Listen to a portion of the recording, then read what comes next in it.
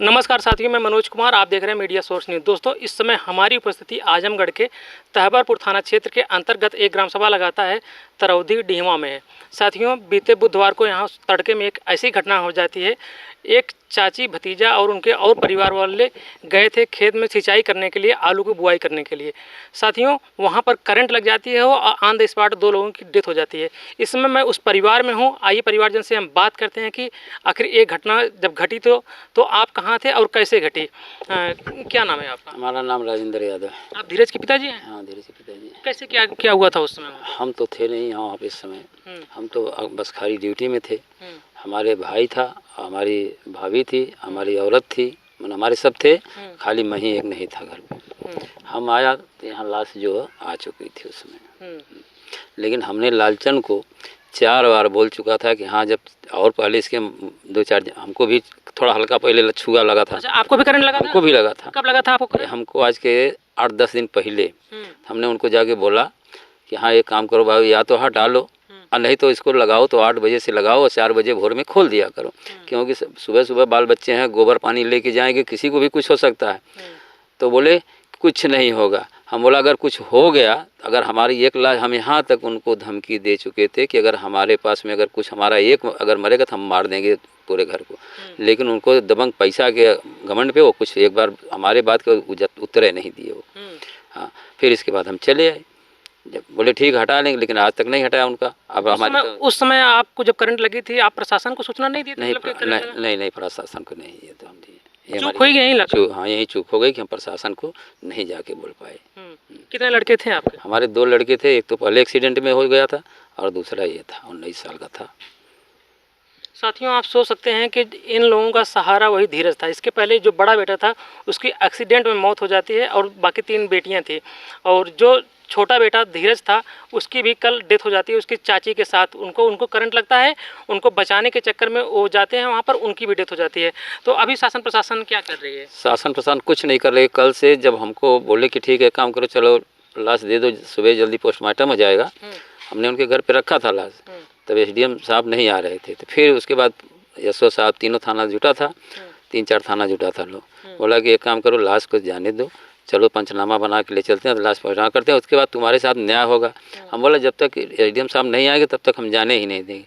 तो कहा कि एसडीएम साहब आए तो गए, पूरा खेत का निरीक्षण करके देख के आए, उनका तार और कहाँ कटा था, तार जोड़ा था वो भी देख के आए, वीडियो बनाए सब लोग। इसके बाद आए, बोले बेटा तुम चुप रहो, चलो थाने पर। तो हमको बैठा के मोटरसाइकिल से ले गए लोग गाड़ी से वहाँ। इसके बाद पंचनामा वहीं बनवाए और ले जा करके हमको पोस्टमार्टम करवा के लाश वहीं फुकवा दिए। अभी तक किसी की गिरफ्तारी नहीं, अभी तक न किसी की गिरफ्तारी हुई और न हमसे कोई फिर पूछने आया कि हाँ तुमको क्या हुआ, कुछ नहीं हुआ। कोई शब्द, एक शब्द कोई मिला ही नहीं अब तक। हम अपने परिवार को लेके ही अपना ही कर रहे हैं। प्रक्रिया आप अपना जो है इसमें प्रक्रिया निभा रहे हैं। कोई यहाँ पर आपके मदद के लिए कोई आपके आगे आ रहा है? अभी तक कोई नहीं आया। नहीं, कोई नेता होता नहीं आया? कोई एकदम नहीं आया।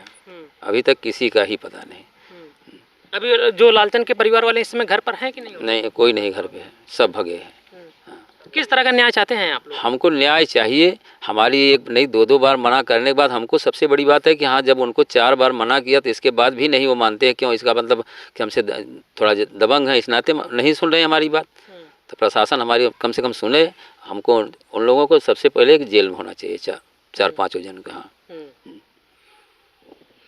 साथियों, आप सोच सकते हैं ये धीरज के पिताजी हैं और हमारे पीछे आप देख रहे हैं जो उनकी चाची थी जो एक्सपायर हो गए, उनके हस्बैंड है। आइए हम इनसे बात करते हैं।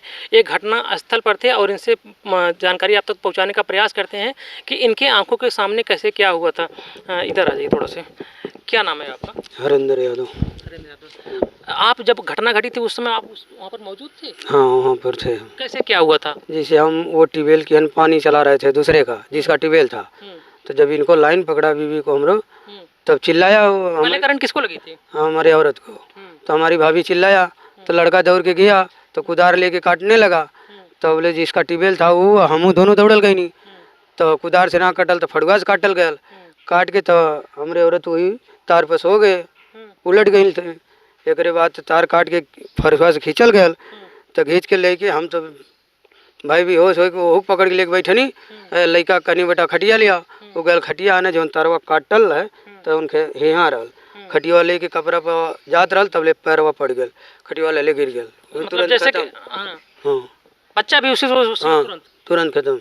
हाँ। हाँ तो करंट आप जैसे मतलब लगता है कि बचाने के लिए मतलब बच्चा गया था वहाँ? हाँ वो उसको भेजे थे कि जाओ खटिया ले आओ, नहीं उठेगा इससे उठाने से। बेहोश हो गई थी आपकी हाँ पत्नी? हाँ जब खटिया लेकर के जब वहाँ पहुँचते हैं हाँ तब तो उसके गिर जाते हैं ना, तार पड़ जाता है पैर पर, हम्म। खटिया लेके गिर जाते हैं। मुंह में दतवन था। हम्म, हाँ तो दतवन बाद में कोई जाके खींच के फेंका। हम्म, हम तो उसको लेके बैठे थे, तो पहले उन्हीं को लेके भागे लड़का को, तो नहीं हुआ तो फिर आधा घंटा से ऊपर हो गया बीवी को।